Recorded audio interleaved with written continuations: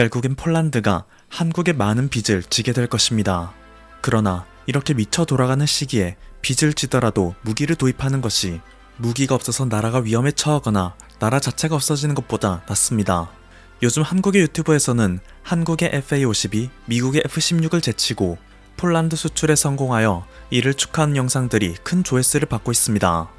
대부분의 영상에서는 역시 한국의 로켓 배송, 빨리빨리의 민족이기에 선택받은 것이라는 논점을 내세우는데요. 정말 이것만으로 폴란드가 우리나라의 FA-50을 선택한 것이 정당화되고 있을까요? 현재 폴란드에서는 우리가 상상하는 것 이상으로 이번 사태에 대한 논쟁이 격화되고 있습니다. 폴란드 야당에서는 이번 한국과의 거래에 대통령의 비리가 섞여 있다고 맹공격을 하며 정권 교체를 노리고 있습니다. 한국산 무기를 도입하면서 감당할 수 없을 정도의 빚을 내고 있습니다. 나라를 팔아먹는 행위입니다. 심지어 폴란드는 이번 무기 거래와 함께 폴란드 미래 핵심 산업인 리튬 배터리마저 한국에 팔아먹고 있습니다 라고 하죠. 이에 폴란드 대통령이 직접 나서서 한국과의 거래에 대한 정당성을 호소하고 있습니다. 폴란드는 역사상 지도에서 2번 사라졌습니다. 불행한 과거는 절대 다시는 반복돼선 안됩니다. 우리나라가 폴란드에 FA-50을 수출하게 된 것은 절대 경제적인 측면에서만 바라봐선 안됩니다.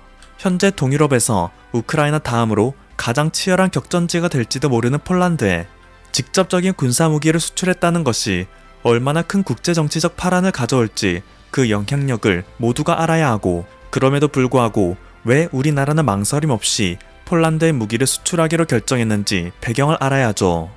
대한민국은 폴란드와 같은 아픔을 겪었습니다. 한국전쟁 때 비행기와 전차가 없어서 온 민족이 피눈물을 흘렸습니다. 그렇게 현재 폴란드의 상황을 누구보다 잘 이해하며 지금 이 시기 여러 계산적인 판단보다는 빠른 지원만이 폴란드를 도와주는 길임을 알고 있는 것입니다. 같은 아픔을 갖고 있는 국가로서 더 이상의 사사로운 계산은 필요 없었습니다.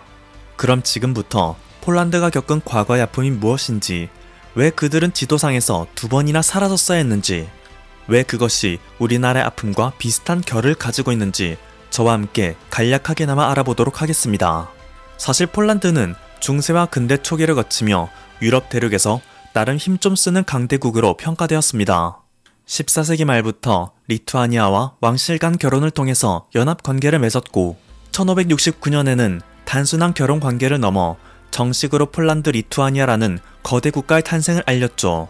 폴란드 리투아니아의 최전성기 시절에는 현재 폴란드와 리투아니아 영토를 합한 것보다 훨씬 넓은 영토였습니다. 그런데 폴란드 리투아니아에게 가장 큰 불행은 이 국가의 주변에 러시아, 프로이센, 오스트리아라는 이후 유럽에서 가장 큰 영향력을 끼치는 국가들이 바로 맞붙어 있었다는 점이었죠. 이들은 자국의 힘이 거대해질수록 폴란드에 대한 간섭을 키워나갔고 폴란드 내부 정치에도 관여하며 폴란드가 분열되도록 유도했습니다. 일부 깨어있는 폴란드의 정치인들은 18세기 내내 개혁을 위한 몸부림을 쳤는데요. 어떻게든 의회를 개편하고 여태 아무런 세금도 내지 않던 귀족들에게도 세금을 물리기 위해 노력했죠. 하지만 이런 개혁파에 반감을 품었던 폴란드 귀족은 러시아, 프로이센 등의 도움을 받아 개혁파를 견제했습니다. 손해볼 게 없었던 러시아와 프로이센은 반대로 폴란드 귀족조차 제대로 된 권력을 잡지는 못하게 하여 폴란드가 내분으로 성장하지 못하게 하고 안에서 썩어가도록 계속 방치했습니다. 이후 일련의 사건을 통해 폴란드의 자주성은 사라졌고 1772년 나라가 1차 분할되었습니다. 1차 분할되며 떨어져간 폴란드의 땅은 프로이센, 러시아, 오스트리아가 맛있게 냠냠 삼켜버렸습니다. 이때 충격받은 폴란드는 러시아가 전쟁으로 정신이 팔린 사이 빠른 개혁을 추진했습니다. 귀족의 각종 특권을 폐지하고 1791년에는 프랑스보다 빨리 헌법을 제정하는 등 재빨리 움직였는데요.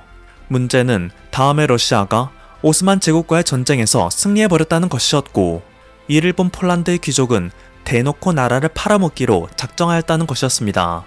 귀족들은 러시아에 군대 파견을 요청했고 10만 명이 넘는 러시아군은 폴란드를 해방시킨다며 폴란드를 침공했죠. 그러고는 멋대로 권력을 휘두른 폴란드를 통제한다며 폴란드 땅을 다시 쪼갰습니다. 이때부터 폴란드는 본격적으로 최후의 항전을 시작했지만 속이 비어버린 강정골이 되어버린 폴란드의 땅을 삼켜버리는 데만 혈안이 된 프로이센, 오스트리아, 러시아가 조금이라도 더 많은 땅을 먹기 위해 군대를 이끌고 쳐들어오자 모든 거리는 초토화가 되었고 1795년 폴란드는 세 국가에 의해 갈갈이 찢겨 이후 130년이 넘는 기간 동안 지도에서 사라지게 됩니다. 주변국들의 야욕, 내부 반역자 등 조선이 일본, 청, 러시아에게 시달리다 일본에게 치욕을 당하는 과정과 동일합니다.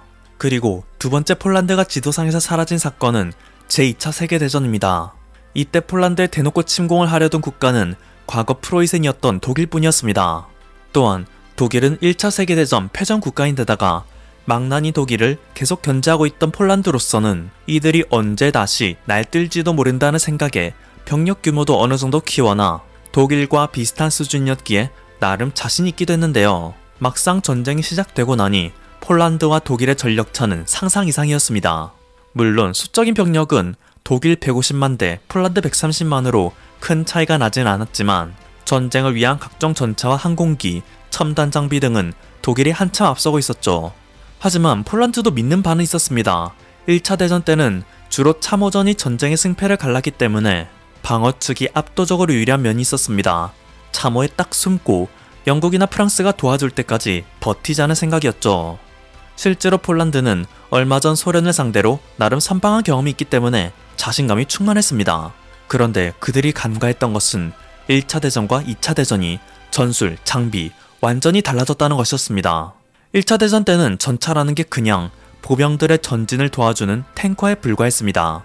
하지만 2차 대전 때 독일은 폭격기 그리고 더욱 빨라지고 공격력도 강해진 전차를 앞세워 엄청난 속도로 폴란드의 방어망을 뚫고 전진 또 전진하는 기동성을 보였습니다.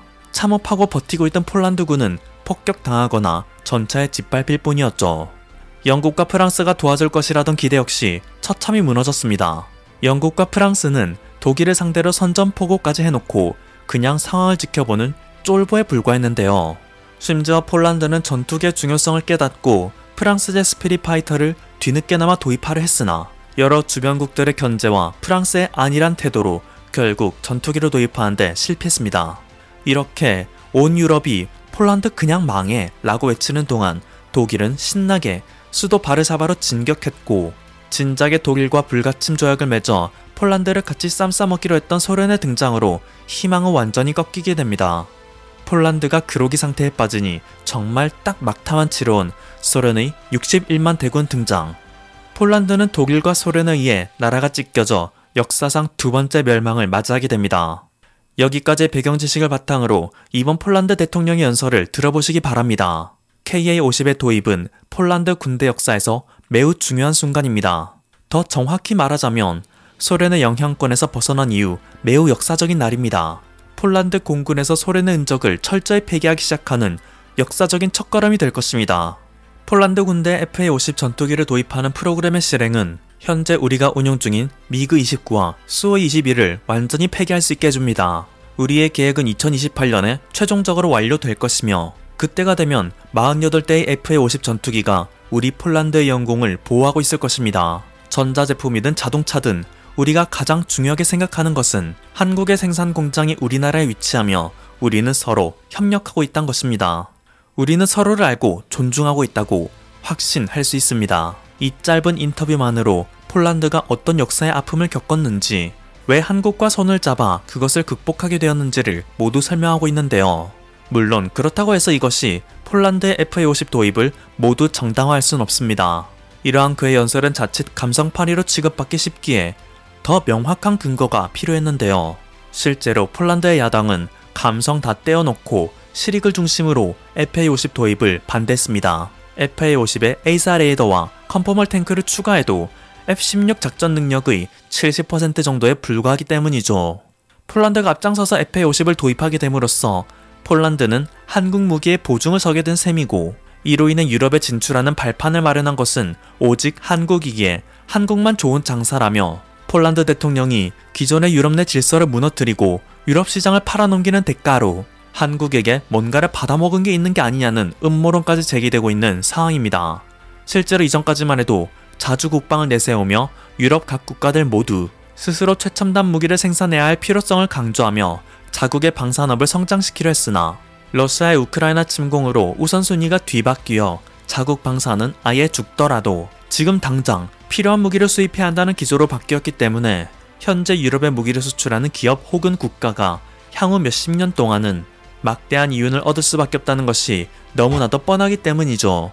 폴란드가 어느새 대한민국의 무역 극자 7위국에 올랐는데 방산 계약만으로 벌써 이 정도까지 지위에 올랐다는 것이 그것을 반증한다는 것이 폴란드 야당의 주장입니다. 심지어 지금 유럽 내에서 폴란드는 우크라이나 전쟁 이후 우크라이나 재건 사업에서 가장 큰 역할을 맡게 되어 이후로부터 막대한 지원금을 받게 될 텐데 그 돈 역시 상당수가 한국으로 흘러들어갈 수도 있다며 폴란드 대통령과 대한민국이 뒷거래가 있었을 것이 분명하다 맹공격하고 있는 것인데요. 이러한 논란의 정면 돌파를 시도한 것은 폴란드 공군위원회의 수장 노박 준장이었습니다. 궤변에는 정론으로 반박하는 것이 가장 효과적이라는 것이 그의 논설을 통해 확실해졌죠. 첫째, FA-50은 6시간만 훈련받으면 F-16으로 전환이 가능할 정도로 유사하기에 훈련의 효율성을 높일 수 있다. 둘째, 동일 작전 시 F-16이 3.5톤의 연료를 소모할 때 FA-50은 1.5톤만 소모할 정도로 효율이 좋다. 셋째, FA-50은 F-16이 사용하는 무장이 호환되며 한국산 유도폭탄을 도입해 장착할 수도 있다. 넷째, 우리가 원래 갖고 있던 구소련 기체들과 달리 FA-50은 나토의 다른 기체들과도 교신이 가능하다. 다섯째, FA-50은 추후 팬텀 스트라이크 레이더도 장착할 예정인데 이는 F-35에도 사용되는 A사 기술이다. 여섯째, F-16보다 성능이 떨어진다는 이유만으로 FA-50을 반대한 이들은 대체 왜 부품 수급도 안되고 FA-50보다 성능도 떨어지며 야간 작전 수행도 안되는 소련제 무기는 유지하기를 바라는가. 일곱째, 어차피 우리 미국인은 우크라이나에 줘서 새로운 전투기가 시급하다. 그러지 않으면 항공여단 한 개가 통째로 사라지는 상황인데 왜 FA-50의 도입을 반대하는가? 라며 FA-50의 도입을 반대하여 폴란드 공군 전력의 공백을 유도하는 세력이야말로 과거 폴란드를 멸망하게 했던 매국노들과 정확히 같은 족속들이라는 맹비난을 퍼부었습니다.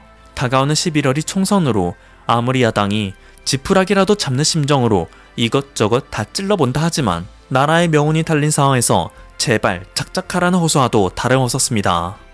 자, 그러면 이제 이 거래를 통해 대한민국이 얻을 수 있는 진짜 이익에 대해서 알아보겠습니다. 사실 이번 FA-50 거래 자체가 우리나라에 그렇게 큰 실익을 가져오진 않았습니다. 폴란드가 대부분 빚을 내서 구매한 것이기 때문에 폴란드 사정이 어려워지면 우리는 통째로 떼먹히는 것이기 때문이죠. 하지만 아무도 우크라이나를 돕지 않아 우크라이나가 현재 상황에 처했듯 폴란드도 아무도 돕지 않으면 똑같은 처지가 될 수 있다는 생각에 대한민국은 동병상련의 심정으로 일단 큰 계산 없이 폴란드의 무기 수출을 결정했습니다. 우크라이나와 달리 폴란드에게는 무기를 팔아줄 수 있을 때 팔아주자는 심정이었죠. 그리고 이러한 한국의 생각을 아는 폴란드는 그에 합당한 대가를 우리에게 주었습니다. 폴란드 내에서 전투기를 생산하기 위한 물류 허브를 짓게 해주고 유럽 내에서 한국제 전투기 조종사 훈련 수요를 충당하기 위한 국제 비행 훈련 학교를 세우는 것, 앞으로의 연구 및 개발 과정까지 모두 포함되어 있는 패키지를 약속한 것입니다. 즉, 한국이 먼저 이 모든 패키지를 폴란드에 제시한 게 아니라 폴란드가 한국의 무기 수출에 고마움을 느껴 먼저 이것저것 끼워서 사주기로 결정을 한 것이란 거죠. 덕분에 한국은 비단 FA-50 대금뿐만 아니라 폴란드 항공기 도입 전체 프로그램 비용의 70%를 차지하는 후속 사업에 대한 이권을 얻게 된 것입니다. 이는 최소 30년은 한국 방산이 안정적인 수익을 창출할 수 있다는 것을 의미합니다. 앞서 잠깐 언급되었듯 앞으로 유럽의 많은 나라가 방산을 포기하게 될 것입니다. 방산도 산업인지라 돈이 안 되고 지금 당장 국익에 도움이 되지 않으면 포기할 수밖에 없기 때문입니다. 그런데 이 과정에서 폴란드에서 가동 중인 한국의 전진기지를 바탕으로 한국의 방산이 나토 회원국들을 상대로 비즈니스가 가능할 것을 생각하면 앞으로 한국 방산이 얼마나 거대해질 수 있을지 충분히 가늠할 수 있는 바이죠. 그렇기 때문에 폴란드 대통령은 다음과 같은 발언으로 한국에게 확신을 줄 수 있었던 것입니다. 무엇보다도 한국은 품질과 신뢰성 그리고 기술의 현대성에서 절대적인 권위를 갖고 있습니다. 폴란드와 한국은 이 협력을 통해 유럽연합 시장과 나토 시장에서 한국 전투기가 판매될 것이라고 이미 간주하고 있습니다. 폴란드는 유지보수센터의 설립을 통해 유럽연합의 다른 지역에 대한 중심지 역할을 할 것입니다.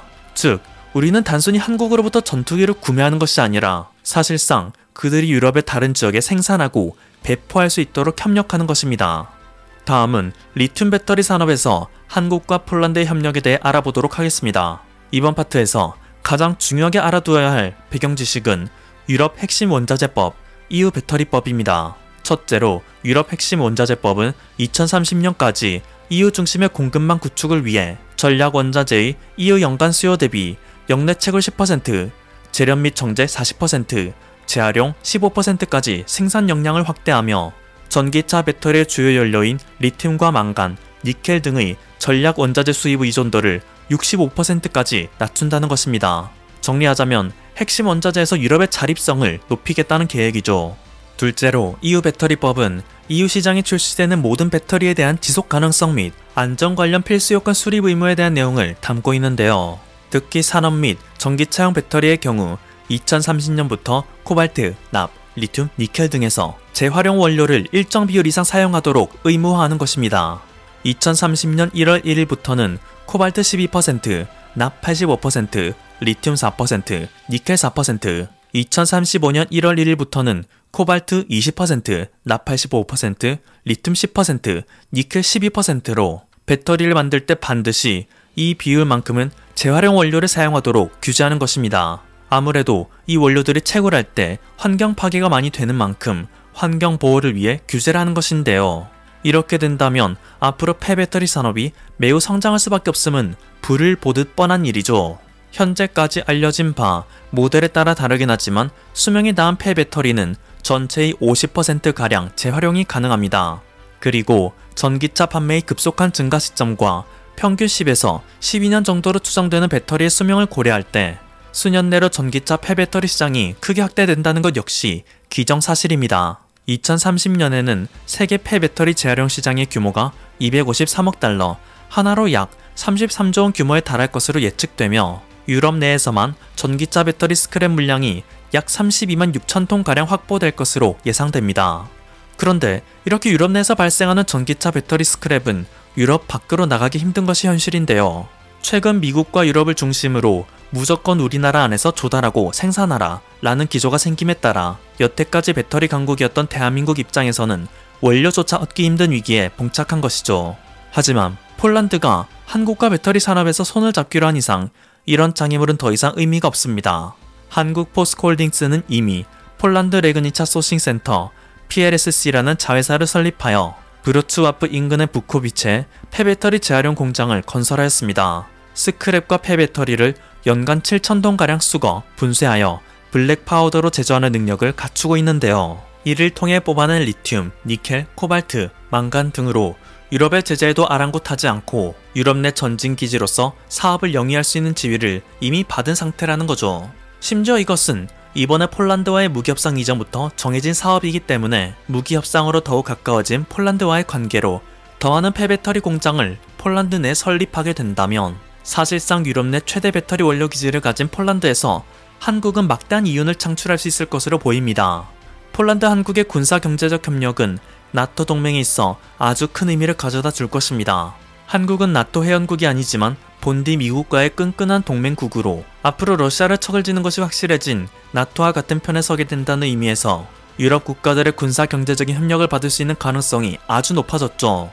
한편으로 러시아 입장에서는 한국이 나토와 다를 바가 없어졌다는 의미에서 한국을 적국으로 취급할 수 있어졌다는 뜻이기도 하지만 이는 반대로 한국이 정말로 폴란드와 우크라이나처럼 완전히 서방의 편에 돌아서 자신들의 턱 밑에서 자국의 안보를 위협하는 존재가 되지 않도록 끊임없이 회유할 가능성도 높습니다. 특히 현재 한국의 최대의 적 중 하나가 중국이라는 점이 부각되고 있기 때문에 러시아는 자국의 적인 미국에 대항하는 중국을 지원하는 한편 그 중국을 견제하는 한국에게도 알게 모르게 도움을 주며 동북아에서의 균형을 추구하려 하겠죠. 만약 러시아가 견제하는 전선이 동북아뿐이었다면 그럴 가능성은 제로였겠지만 러시아가 가장 많은 역량을 쏟아붓고 있는 것은 유럽의 서부 전선이고 양면 전선을 펼치는 것만큼 어리석은 짓이 없다는 것을 독일의 패망을 통해 배운 러시아이기 때문에 러시아는 한국과의 긴장을 절대로 고조시킬 수 없다는 것이 다수 국제정치, 군사 전문가들의 평론입니다. 이런 점을 잘 활용한다면 한국은 러시아를 이용해 중국의 깡패짓들을 상당히 견제할 카드도 가지는 걸 텐데요. 모쪼록 야생과도 같은 국제정치에서 한국이 지금보다 더 중요한 입지를 차지하여 그 누구도 쉽게 무시할 수 없는 나라, 갈등 속 이득을 취해 더 강대해진 나라가 될 수 있기를 기원합니다. 지금까지 퍼플튜브였습니다. 여러분의 구독과 좋아요 그리고 알림 설정은 콘텐츠 제작에 큰 힘이 됩니다. 감사합니다.